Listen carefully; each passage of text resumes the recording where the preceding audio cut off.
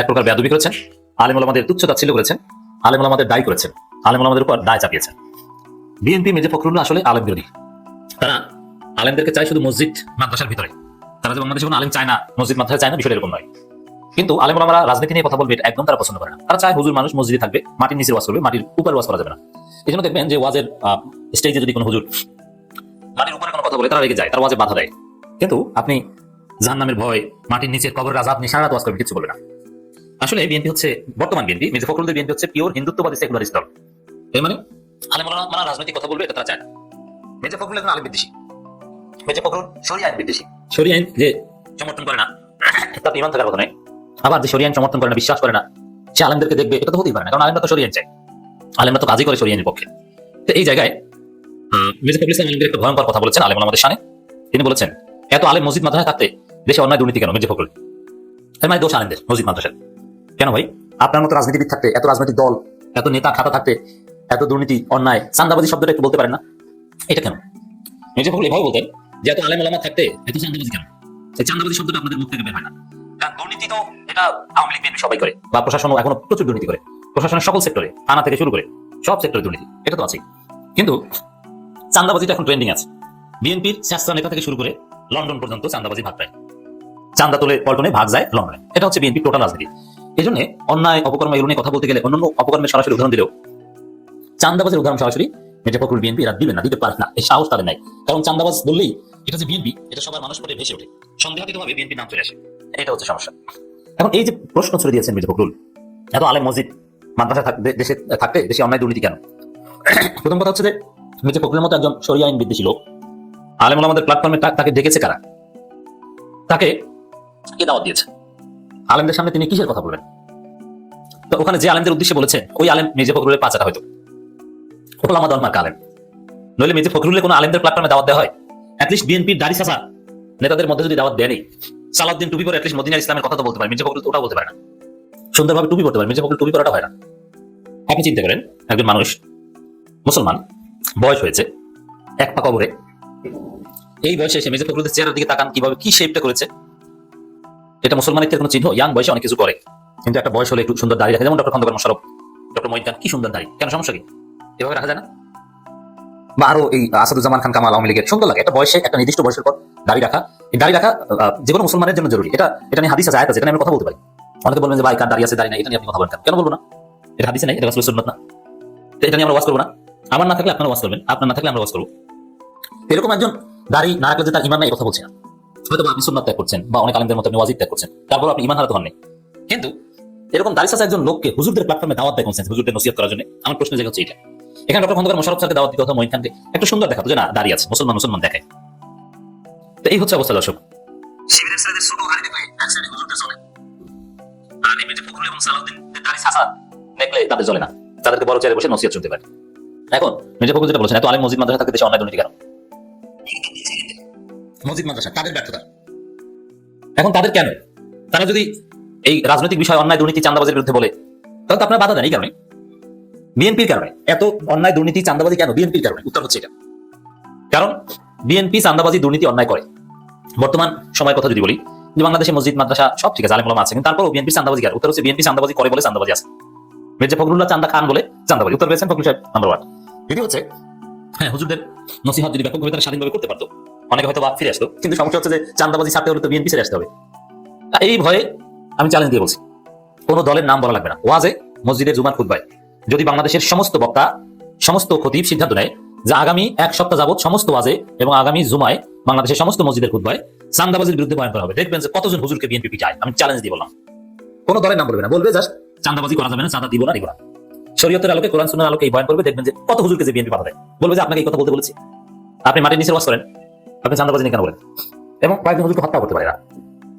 তাহলে এত আলেম মসজিদ মাদ্রাসা থাকতে দেশে অন্যায় দুর্নীতি কেন? মির্জা ফখরুল উত্তর পেয়েছেন, আপনি চাঁদা খান বলে, আপনি হুজুরদের কথা শুনেন না বলে, আপনি শরিয়া আইনে বিশ্বাস করেন না বলে, আপনি বৃদ্ধ বয়সে এক ঠ্যাং কবরের কাছে এখনো দাঁড়িয়ে রাখেন না বলে, আপনার নেতাকর্মীরা হুজুরদের আলেম ওলামাদের বাধা দেয় বলে, হুজুরদের এইসব অন্যায় দুর্নীতির বিরুদ্ধে কথা বলার অধিকারে আপনারা বিশ্বাস করেন না বলে, আপনারা বাধা দেন বলে, হুজুরদের সাথে আলেম ওলামাদের সাথে বেয়াদবি করেন বলে, হুজুরদেরকে মৌলবাদী বলেন, রাজাকার বলেন, এইসব কারণে। কি ভয়ঙ্কর সব তথ্য আসছে দর্শক। জিয়াউল হাসান, জেনারেল জিয়াউল হাসান, শেখ হাসিনার অন্যতম সহযোগী, খুনের সহযোগী, গুমের সহযোগী। এখন এই মাত্র খবর আসলো যে ট্রাইব্যুনালের চিফ প্রসিকিউটর বলতেছে যে তার বিরুদ্ধে 1000 মানুষের গুমের অভিযোগ। আর একটা মামলা হয়েছে, 2 মামলায় শেখ হাসিনা, তারেক সিদ্দিকী সহ 30 জন আসামি। বুঝতে পারছেন গত 15 বছর তারা ক্ষমতায় থাকতে কি কি করছে, এখন আস্তে আস্তে কিন্তু সব বেরোচ্ছে। এইমাত্র দর্শক এই চ্যানেল 24 এর স্কোয়াডে আসছে এই ব্রেকিং খবরটা যে জিয়াউল হাসানের বিরুদ্ধে 1000 মানুষের গুমের অভিযোগ। পলাতক গুমের 2 মামলায় পলাতক শেখ হাসিনা, তারেক সিদ্দিকী সহ 30 জনের বিরুদ্ধে। এটা শেষ হবে না। 15 বছরে এত অপরাধ, এত অন্যায়, এত জুলুম, বহু মানুষের আসলে খবরই নাই। এবং সেই পরিবার মানে যে তার মানে হারাই যাওয়া সদস্যের আর কোনো দাবিও করে না। কারণ গুমের আপনি কিভাবেই করবেন, এর হদিশ বের করবেন কেমনে যে গুম হয়ে গেছে? সরকার বলবে আমি জানি না, কোনো সংস্থা বলবে আমি জানি না। আপনি এটা কেমনে দাঁড় করাবেন? যেগুলো গুম হয়ে হাওয়া হয়ে গেছে, গুম থেকে তারা ফিরে আসছে, তাদের অভিযোগ আপনি আমলে নিতে পারবেন। কিন্তু এই যে বলা হলো 1000 গুমের অভিযোগ, 1000-এর মধ্যে কতজন তো আর কখনোই ফিরবে না, কিছু ফিরবে। চিন্তা করেন, সমস্ত সংস্থাকে আসলে একটা খুনে বাহিনীতে রূপান্তর করছে। শুধু সেনাবাহিনীর মূল বাহিনীকে এ করতে পারেনি, কিন্তু ডিজিএফআই কে ক্যাপচার করছে। আর অন্যান্য সংস্থা যা যা ছিল কোনো কিছু বাকি নাই। প্রত্যেকের নিজস্ব সেল ছিল, প্রত্যেকে বছরের পর বছর, মাসের পর মাস বিনা বিচারে আটকে রাখা হতো। এখন দেখেন আওয়ামী লীগের বলতে পারেন অত্যাচার নির্যাতন চলতেছে। এতে এখন কি, এখন দেখেন প্রত্যেকেই কিন্তু তারা বিচারিক যে অধিকার সেটা পাচ্ছে, আইনগত যে অধিকার সেটা পাচ্ছে। রিমান্ড, আদালত আর কারাগার, এটা তো হলো আইনি প্রক্রিয়ার মধ্যে তারা ঘটতেছে, তাতেই সব কাহিনী। আর এই মানুষগুলো ধরেন সালমান এফ রহমান, আনিসুল হক, তারপরে পলক, অন্যান্য যারা আছে তারা নাই, কে নিয়ে গেছে কেউ জানে না। তখন এই পরিবারগুলোর অবস্থা, এখন এই পরিবার এদের সাথে তো ফোনে কথা বলতে পারতেছে, তার ফ্যামিলি প্রতিনিয়ত কথাবার্তা বলে। জেলখানার ভিতরে তো জানি যে কি হারে মানে মোবাইল ফোন চলে, প্রত্যেকের মোবাইল ফোন আছে, তাহলে ফেসবুকে হয়তো চালাইতেছে তারা ভিন্ন নামে। কিন্তু এরকম গুম হয়নি, যে গুমটা হয়েছে 15 বছরে অকল্পনীয়। আমি আবারও বলি যে এই যে আওয়ামী লীগের সমর্থক শুভাকাঙ্ক্ষী যাদের মানে স্বপ্ন দেখতেছেন শেখ হাসিনা আরো শক্তিশালী রূপে ফিরে আসবে, এটা কোনো শাসন হতে পারে? এইভাবে গুম খুন, জাতিসংঘের গুম কমিশনকে পর্যন্ত পারমিশন দেওয়া হলো না যে তারা তদন্ত করবে। সরকার নাই নির্দেশ, তাহলে তারা তদন্ত করবে না কেন? আজকে দেখেন human rights watch, amnesty international, তারা যখনই মানবাধিকার লঙ্ঘনের এদিক সেদিক করতেছে তারা কিন্তু সরকারকে ছাড় দিচ্ছে না। দেখেন বিচারিক প্রক্রিয়া নিয়ে কথা বলছে, এই প্রতিষ্ঠানগুলি তো গত 15 বছর কথা বলছে। আর এই প্রতিষ্ঠানগুলোকে বানানো হয়েছে মানে বিএনপি জামাতের এজেন্ট হিসেবে। এখন তারা যে নিরপেক্ষ প্রমাণ হচ্ছে, জেডাই খান পান্না ওই যে মৃত্যুদণ্ড দেওয়া হলো প্রথম যে মামলায়, হত্যা মামলায়, গণহত্যা মামলায়, এখন কিন্তু এই যে মামলা, সেই মামলায় জেডাই খানকে অনুমতি দেওয়া হয়েছে। অসুখ কথা বলুক, শেখ হাসিনা যারা যারা মানে নিয়োগ করা দরকার করুক, সমস্যা তো নাই। কিন্তু এ কেমন অত্যাচার হবে, গুম হবে, তার কোনো মানে বিচার হবে না? একটা গণতান্ত্রিক রাষ্ট্র, কিন্তু ভেতরে ভেতরে হচ্ছে উত্তর কোরিয়া, ভেতরে ভেতরে সৌদি আরব, রাশিয়া, চীন, এটা হইতে পারে? এই বাংলাদেশের এরকম একটা জঙ্গলি রাষ্ট্রে রূপান্তর করা, এটা শেখ হাসিনা করছে। শেখ মুজিবুর রহমান তার বাবা করতে চাইছিল, পারেনি। জানুয়ারি মাসে একদলীয় শাসন করছে, আগস্ট মাসে নাই। আর শেখ হাসিনা ওটা করে 15 বছর চালাইছে। আজকে আপনি কিভাবে, আপনি যে দুইটা কথা বলবেন শেখ হাসিনা আওয়ামী লীগের পক্ষে, কেমনে বলবেন বলেন? ভুটানের প্রধানমন্ত্রী শেরিং তোবেকের বাংলাদেশ সফরের প্রথম দিন আজকে, সেখানে কিছু কিছু ওই একই আবার ভারতীয় মিডিয়ার কথাই বলার চেষ্টা করতেছে যে এটা হলো মোদির ভোট পাওয়ার জন্য। ইউনূস নিজে গিয়ে তিনি রিসিভ করেছেন। আমি শেষ করি। অ্যাকচুয়ালি চীনের পজিশন হলো নেপাল আর ভুটানে থ্রু ইয়ার আমদানি রপ্তানি শুরু হয় based on Bangladesh normally. Clear? একটু বুঝিয়ে বলেন। আপনি শুনেন নাই যে আমরা 7টা এয়ারপোর্ট পুরনো দিনে এয়ারপোর্টে পুনর্বার চালু করার প্রস্তাব দিচ্ছি? ওটা তো যুদ্ধ বিমানের জন্য। ওর একটা বড় অংশটাই হলো চীনের কোনো কাজ বাণিজ্যিক দিকটা ছাড়া করে না। আপনি কক্সবাজারের এয়ারপোর্টটা যে বানাই দিচ্ছে 6 কিলোমিটার এয়ারপোর্ট, কেন করছে? কমার্শিয়াল দিক থেকে ডেফিনেটলি ওটা অ্যাকশন স্ট্র্যাটেজি, কিন্তু কমার্শিয়াল দিক আছে একটা, বলে 7টারও কমার্শিয়াল দিক আছে। এবং ওখান থেকে আমরা আইদার মোংলা পোর্টে গিয়ে নামাই দিয়ে নিয়ে আসবো মালমালটা দিয়ে, ওখান থেকে ফ্লাই করে জাস্ট 20 মিনিট লাগবে না, উড়ে গিয়ে নেপালে বা ভুটানে ড্রপ করে আসবে। কিন্তু আমি তো শুনলাম যে সড়ক পথে যাবে, এই চট্টগ্রাম বন্দর থেকে সড়ক পথে ভারত উপকূল হয়ে। সড়ক পথে যেতে গেলে ইন্ডিয়ান অনুমতি অনেক বেশি দরকার, কারণ ইন্ডিয়া ওটা বিনিময়ে বাংলাদেশকে পিছিয়ে পেতে মেলা কাছে আছে। কিন্তু ভুটানকে ইন্ডিয়ার উপর দিয়ে ফ্লাই করে যেতে দিবে কি দেবে না, এগুলো তো ইন্ডিয়ার সাথে ভুটানের সম্পর্ক, নেপালের সাথে ইন্ডিয়ার সম্পর্ক। ভুটানের সঙ্গে তো নাকি খুব ভালো সম্পর্ক মোদির।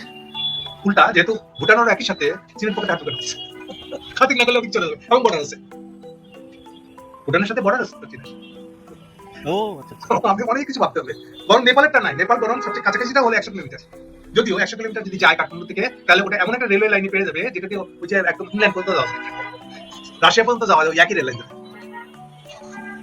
এখন ওই রেল লাইনটা ওই 100 কিলোমিটার রাস্তাটা শেষ হয়েছে কিনা আমি জানি না, আমার আর খোঁজ নেওয়া হয়নি। আমি তো একটা নেপাল নিয়ে এত পড়াশোনা করছি, এত কতটা বই আছে নেপাল নিয়ে, ওই বিপ্লবের সময়টা 15 সালে পরে কি হয়েছে আমি খবর নেই আসলে। আর এখনকার বাংলাদেশে বুঝতে পারেন এত ব্যস্ততা, বাইরের দেশের খবর খুব কম রাখতে পারি, সময় হয়ে ওঠে না, সেই সময় ওঠে না। কিন্তু তাহলে মানে এই কথা বলে দিই, তাহলে ইউজ করছে কি এখানে চায়নার এই যে আগ্রহটা সেটা জানে, এটা সে ইউজ করছে, করার পরে এবার ইন্ডিয়ার সাথে খাতিরের সময় একটু ওটাও একটু পরে দিচ্ছে আর কি।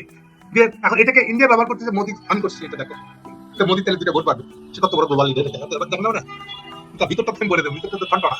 তাহলে মোদির পক্ষ থেকে কি প্রস্তাব নিয়ে আসলো ভুটানের প্রধানমন্ত্রী, আপনার কি মনে হয়?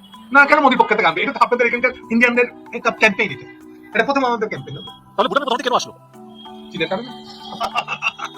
আপনি যদি বাংলাদেশের উপর দিয়ে এক্সপোর্ট ইম্পোর্ট করতে চান তাহলে তো বাংলাদেশের সাথে কথা বলতে হবে, তাই না? কোনটা লজিক্যাল মনে হয়? তো চীন পাঠিয়েছে, আপনি কি মনে করেন যে ভুটান চীনকে বেশি আগ্রহ প্রশ্ন করে ইন্ডিয়াকে? আমার মনে হয় ইন্ডিয়াকে, কারণ ভুটানের সঙ্গে ইন্ডিয়ার সম্পর্ক তো বেশি। নেপাল হইলে কথা ভিন্ন ছিল। না, সম্পর্ক করছে না, আমার ইনভেস্টমেন্ট লাগে। ইন্ডিয়া আছে ইনভেস্টমেন্ট, কিছু নাই। 2 টাকা ইনভেস্টমেন্ট দিলে 4 টাকা শর্ত দিতে।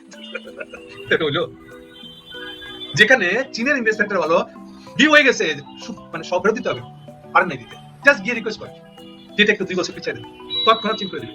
কারণ চীন এই সবগুলো সিদ্ধান্ত নেয় তার স্ট্র্যাটেজিক সুবিধা কোথায় তাই দিয়ে, সে টাকা দিগারি না, টাকাটা সেকেন্ডারি দ্যাট। এই আমরা যখন প্রথমবার ফোনটা আসে একই ভাবে ডিউ হয়ে গেছে, লোন ফেরত দিতে হবে, দিতে পারেনি, বলা মাত্র চীনের আদিবাসী ঠিক বললাম না, চীনের কাছে জিনিস পুরোটাই সে ব্যবহার করে স্ট্র্যাটেজিক সুবিধা আছে কিনা, বাস একটাই পার্সেন্ট। আর এই টাকা ফেরত না পেলে তোর নিজের বাসায় ভাব চলবে না, চুলায়, এমন না। এটা আমেরিকাতে ছিল 50-এর দশকে, আমেরিকাতে হিউজ ক্যাপিটাল নিয়ে বসে আছে, ইনভেস্ট করার জায়গা বুঝে পাইতেছে। তো চীনের তো আজকে এই অবস্থা।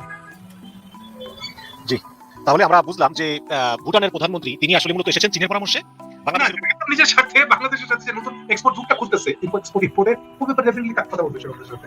তাহলে নরেন্দ্র মোদী তাকে পাঠায়নি, এটা বলা যায়। সে বড় নরেন্দ্র মোদী এগুলো এড়াই চলেছে। এখনকার ভুটানের রাজা যথেষ্ট এই ব্যাপারে পড়াশোনা বাংলা খুব স্ট্র্যাটেজিক, কিন্তু ঝগড়া বাঁধাতে চায় না, আবার নিজের স্বার্থে ঠিকই প্যাটার্ন হিসেবে। জি, এই যে জাতিসংঘ বললো, অ্যামনেস্টি ইন্টারন্যাশনাল বললো, হিউম্যান রাইটস ওয়াচ বললো, এরা সবাই বললো যে বিচারে ত্রুটি রয়ে গেছে, আমাদের ডেভিড বার্গম্যান সাহেব বলতেছে। তো এগুলো নিয়ে আসলে এক মিনিট হোল্ড করেন। এই যে Volker Tuker ইউএনের human right organisation, সে কি করে বলছে? তার ইয়ে বলেছে, তার মুখপাত্র বলেছে। কি বলেছে? বিচারটা বলেছে না, সেটা বলে নাই, বলছে না, আমি বলে দিই পরিষ্কার করে, ও বলেছে যে আমরা মৃত্যুদণ্ড সমর্থন করি না সব, কিন্তু মৃত্যুদণ্ড দেওয়াটা উল্টা হিউম্যান রাইট ভায়োলেশন কিনা, যেটা অ্যামনেস্টি ইন্টারন্যাশনাল বলছে। এই কথা অ্যাটলিস্ট ভলকার বলে, ভলকারের অফিস বলে। তো ওরা কি ভলকারের অফিসের চেয়ে বড় মানবতাবাদী, মানবাধিকারবাদী? কি মনে হয়? তার মানে এটা হচ্ছে সে যে আসলে ব্যবসায়ী, সে তো মানবাধিকারের ব্যবসা করে খায়, এবং এই আয়টা বেশি করে করবে যদি ইংল্যান্ডের অর্থনীতি ডুবে যাচ্ছে, ও তো সার্ভাইভ করতে হয়ে গেছে। আপনি তো নিজে ইংল্যান্ড থেকে বুঝতেছেন ক্রাইসিসটা কত দিক, ইরেসপেক্টিভ ক্লাস সবাইকে এফেক্ট করছে। মানে যত বড়ই কুতুব না কেন, আর যাই তো কাল যায়, আপনার সঞ্চিত সম্পদ শেষ হয়ে যাচ্ছে। ওই গুলিস্তানের কামান নয়, আমি বলি না কথা। হোল ওয়েস্ট মানে ইউরোপ ফাঁকা হয়ে যাবে, এশিয়াতে তারা চাকরি খুঁজে বেড়াবে। ঠিক যেভাবে এক সময় তারা চাকরি পাইছিল বলে বিভিন্ন শহর করে উঠছে, যে শহরে সে বসবাস করা শুরু করছিল, সে মানুষের এই মাইগ্রেশন প্যাটার্নটা কেন হয়েছে? যেখানে চাকরির সুযোগ সুবিধা আছে সে তো ওখানে কি বসবাস শুরু করবে। তো সে এখন উল্টা হবে, সে যদি মনে করেন এশিয়া থেকে এসে পার্মানেন্টলি বসবাস করা শুরু করে, সে কি ইংল্যান্ডে বাড়ি রাখবে? ওই গ্রাম না শহর, তার বাড়িটা থাকবে, তাকে এটা বেঁচে দেবে, রেখে লাভ কি? সিম্পল বিষয়। আপনার গ্লোবাল ইকোনমিটা যেদিকে টার্ন নেবে ওরা তো সেদিকে যাবে, তাহলে কাজ পাবে কোথায়? এবং এটা টাইমিং আমি বলে দিচ্ছি, 28 সালের পর থেকে এটা হবে, অ্যারাউন্ড 28 শুরু থেকে। এই ট্রাম্পের এইবারকার টেনিওর শেষ হবে 28, এই জিনিসটা চেঞ্জ শুরু হয়ে যাবে 28। যে কারণে আপনারা কেউ টের পাচ্ছেন না চীন কি পরিমাণ অ্যাগ্রেসিভ হচ্ছে।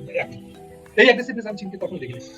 16 সালের ইভেন্ট যখন বাইডেন লাস্ট বছরটা 9 সাল থেকে গেছে, 16 সাল যতবার গেছে আমেরিকান প্রেসিডেন্ট, ততবার একটা না একটা ব্যবসায়িক সুবিধা হাতে ধরে দিয়ে বলছে এসব চাঙ্গা চিন্তা করেন না, আমরা আছি আপনার সাথে। আর এখন দেখেন ট্রাম্পকে উল্টা আঙুল দেখাচ্ছে, চ্যালেঞ্জ করতেছে। চীন সেই চীন নাই এখন, বিকজ তখন তারা মনে করছিল আমাদের আরো প্রস্তুতি নেওয়ার দরকার আছে, সেই জন্য আমরা এখন এক্সট্রিম ভাষায় কথা বলবো না। ইভেন ট্রাম্প যখন 17 সালে প্রথম ক্ষমতা আসে, যখন সে এই কোয়াড চালু করে, কোয়াড চালু করার আগে সে চীন ঘুরে এসে কোয়াডের জন্য আশেপাশে বোধহয় জাপান গেছিল, অন্য কোনো শহরে, বা সম্ভবত ইন্দোনেশিয়া, সেখানে গিয়ে সে কাগজ এসে করছে। ইভেন একসাথে স্টেটমেন্ট দিতে পারেনি, কোয়াডে একটা দেশে 4 রকম স্টেটমেন্ট দেওয়া হয়েছে। এবারে সংসদ নির্বাচনে শিবির থেকে জামাত প্রায় 1 ডজন প্রার্থী দিবে। কথাটা আমি আজকে বললাম, আপনাদের কপালে লিখে রাখেন, কপালে মানে ডায়েরিতে লিখে রাখেন। যারা আমাকে মস্কারি করেন, আপনি এই তথ্য পান কই, হদিস পান কই, তাদেরকে আজকে আঙ্গুল দিয়ে দেখিয়ে দেব কোন 1 ডজন প্রার্থী শিবির থেকে ঢাকা মহানগর, চট্টগ্রাম, রাজশাহী, খুলনা সহ বিশেষ বিশেষ আসনগুলোতে শিবির থেকে 1 ডজন প্রার্থী অলরেডি মাঠে নামিয়ে দিয়েছে। আর নির্বাচন কমিশন যখন ডিক্লার দিবে তখনই দেখবেন তাদের নমিনেশন সাবমিট কারা কারা করছে।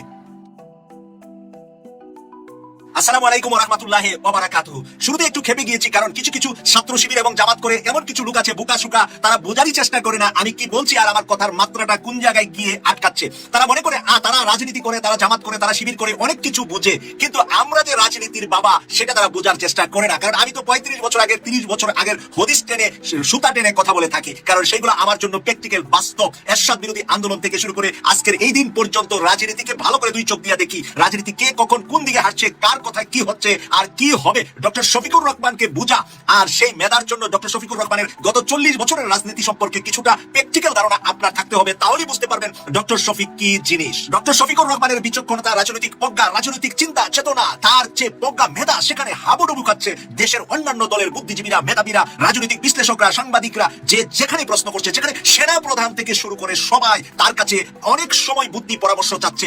এমন এক ব্যক্তি হলেন ডক্টর শফিকুর রহমান, যে নাকি সিলেট মহানগর জামাত ইসলামীর আমির থাকা অবস্থায় সিলেটের প্রত্যেকটা রাজনৈতিক দলের নেতাদের পারিবারিক বিচারের সালিশ করতেন ডক্টর এই শফিকুর রহমান। এত বেশি উনি জনপ্রিয় প্রত্যেকটা মানুষের কাছে। আজকে তার বাস্তবায়নের জন্য সে সুযোগ পেয়েছে 24শে স্বৈরাচার শেখ হাসিনাকে বিদায় করে দিয়ে, যেখানে 1 অগাস্ট যেদিন জামাত আর শিবিরকে নিষিদ্ধ করলো আর 5ই অগাস্ট মাত্র 4 দিন মাঝখানে থাকলো। 5ই অগাস্ট দিল্লিতে শেখ হাসিনা এই ডক্টর শফিকুর রহমানের মেধা আর প্রজ্ঞা দিয়ে দিল্লিতে পাঠিয়েছে। এই শফিকুর রহমানকে ছোটখাটো রাজনীতিবিদ যারা মনে করে তারা হলেন রাজনীতির মাঠের কাউয়া ছাড়া কাকা ছাড়া রাজনীতি বলতে কিছুই বুঝেন না, যদি ডক্টর শফিকুর রহমানকে না বুঝে থাকেন। কেন বলছি যে ছাত্র শিবির থেকে 1 ডজন ছাত্র শিবিরের শীর্ষ নেতা আগামী সংসদ নির্বাচনে জামাতের ক্যান্ডিডেট হবে। এটাই জামাতের প্রথমবার যে সরাসরি ছাত্র শিবিরের কোন নেতাকে তারা নমিনেশন দিচ্ছে। কেন নমিনেশন দিবে আর কেন প্র্যাকটিক্যাল আমি আপনাদেরকে কিভাবে দেখাচ্ছি দেখুন। আজকের ঘটনাটা দেখুন। চাপাই নবাবগঞ্জে গিয়েছে ছাত্র শিবিরের কে গিয়েছে? ছাত্র শিবিরের সভাপতি জাহিদুল ইসলাম গিয়েছে, ছাত্র শিবিরের প্রাক্তন সভাপতি ঢাকা মহানগর দক্ষিণের সেক্রেটারি ডক্টর মাসুদ গিয়েছে, ছাত্র শিবিরের চট্টগ্রাম বিশ্ববিদ্যালয়ের ভিপি গিয়েছে, ছাত্র শিবিরের রাজশাহী বিশ্ববিদ্যালয়ের ভিপি গিয়েছে। সেখান থেকে আবার তারা যাবার পথেই রাজশাহী গভর্নমেন্ট কলেজের নবীনবরণ অনুষ্ঠানে এরাই গিয়েছে। জাহিদ গিয়েছে, রাজশাহীর বিশ্ববিদ্যালয়ের ভিপি গিয়েছে, চট্টগ্রাম বিশ্ববিদ্যালয়ের ভিপি গিয়েছে, আর সাথে আছে ঢাকা বিশ্ববিদ্যালয়ের ভিপি সাদিক কায়ুম। এবং গতকাল আমি দেখলাম যে খুলনাতে সাদিক কায়ুম বক্তব্য রাখছে, চট্টগ্রাম বিশ্ববিদ্যালয়ের ভিপি বক্তব্য রাখছে, রাজশাহী বিশ্ববিদ্যালয়ের ভিপি বক্তব্য রাখছে। কার অনুষ্ঠানে? বাংলাদেশ জামাত ইসলামীর সেক্রেটারি মিয়া গোলাম পড়ুয়ারের অনুষ্ঠানে। এই যে ইয়াং তরুণ বেশটা এবং ছাত্র শিবিরের সেক্রেটারি সাদ্দাম হোসেন এখন রাজনীতির মাঠে, আপনারা দেখতে পাচ্ছেন বিভিন্ন জায়গায় সে সরাসরি রাজনীতির মাঠে দাঁড়িপাল্লার পক্ষে এবং বিশ্ববিদ্যালয় কলেজগুলোতে নবীনবরণ অনুষ্ঠানের নামে ওরা তরুণ তরুণীদেরকে যেভাবে জনপ্রিয় হয়ে যাচ্ছে, তরুণ তরুণীদেরকে গিফট, সুন্দর ফুল, বই পুস্তক, যেগুলা তরুণীরা তারা জীবনে মা বাবার বাহিরে গিয়ে মা বাবা থেকে টাকা নিয়ে না কিনে কখনো কারো কাছ থেকে পান নাই, সেই গিফট পাচ্ছে ছাত্র শিবির থেকে। আর এই শিবির এমন শিবির যে শিবিরের পাশে গিয়ে সেলফি তুলতে ভাইয়া ভাইয়া বলে ডাকতে এরা এত বেশি কমফোর্টেবল ফিল করে যে এরা ভাবতেই পারে না যে এটা একটা পুরুষ, আমি একটা নারী। ওরা ভাবে আমাকে সবচাইতে বেশি নিরাপদে রাখবে ছাত্র শিবিরের এই ভাইটি। যার কারণে তরুণীদের মাঝে শিবির একটা বিরাট ভালোবাসার একটা জিনিস হয়ে দাঁড়িয়েছে, যে আমাদের জন্য, মেয়েদের জন্য, পাশাপাশি ছেলেদের জন্য ছাত্র শিবির ছাত্রী সংস্থা কিনা অনুষ্ঠানের আয়োজন করতেছে, কোন প্রতিষ্ঠান বাদ পড়তেছে, প্রত্যেকটা প্রতিষ্ঠানে নবীনবরণ দিয়ে, বিভিন্ন অনুষ্ঠান দিয়ে, তারা গিফট দিয়ে, তারা লাল গালিচা সম্বর্ধনা দিয়ে, জাহাঙ্গীরনগর বিশ্ববিদ্যালয়ের লাল গালিচা সম্বর্ধনা দেখে জাহাঙ্গীরনগর বিশ্ববিদ্যালয়ের তরুণী সুন্দরী মেধাবী মেয়েগুলা পাগল হয়ে গিয়েছে যে আমরা এতদিন কোথায় ছিলাম, কার সাথে ছিলাম, কার সাথে মিশেছি। আর শিবির এই হাসিনা চলে যাওয়ার পরে 15 মাসে আমাদেরকে কত কিছু উপহার দিচ্ছে। এর আগে আমাদের দিকে শকুনের মতো তাকাতো যেখানে ছাত্রলীগ, আর এখানে আমাদেরকে ময়ূরের মতো ভালোবাসা দিয়ে আমাদেরকে পাশে রেখে তারা শ্রদ্ধা সম্মান সবটুকু দিয়ে শিবির আমাদেরকে সম্মানিত করছে। আমি প্রথমেই শুরুতে সেই ভাইদের বোনদের প্রতি রাগ হয়েছি যে আপনারা অনেকেই আন্ডার এস্টিমেট করে ফেলেন যে শিবিরকে নিয়ে কেন আমি এই কথাটি বললাম, জামাত নেতাকে নিয়ে কেন এই কথাটি বললাম, কারা কোন আসন থেকে নির্বাচনে প্রার্থী হবে কেন বললাম, আমি কিছু জানি না, আমি কে, আমি তো জামাতের কেউ না, আমি রূপন না, আমি কোনো নেতা না, কেন আমি বলি। আমি আবারও বলছি, আমি জামাতের বা কোনো কর্মের পদ্ধতিতে বা জামাতের কোনো অফিসিয়াল কোনো নেতা নয়, কোনো কিছু নয়। আমি একজন ভোটার, আমি ভোটটা জামাতকে দেব, দাঁড়িপাল্লাকে দেব। আগেও দিয়েছি 91-তে সর্বপ্রথম যে ভোট বাংলাদেশে নিরপেক্ষ হয়েছিল সেই সময় আমি দাঁড়িপাল্লায় ভোট দিয়েছি।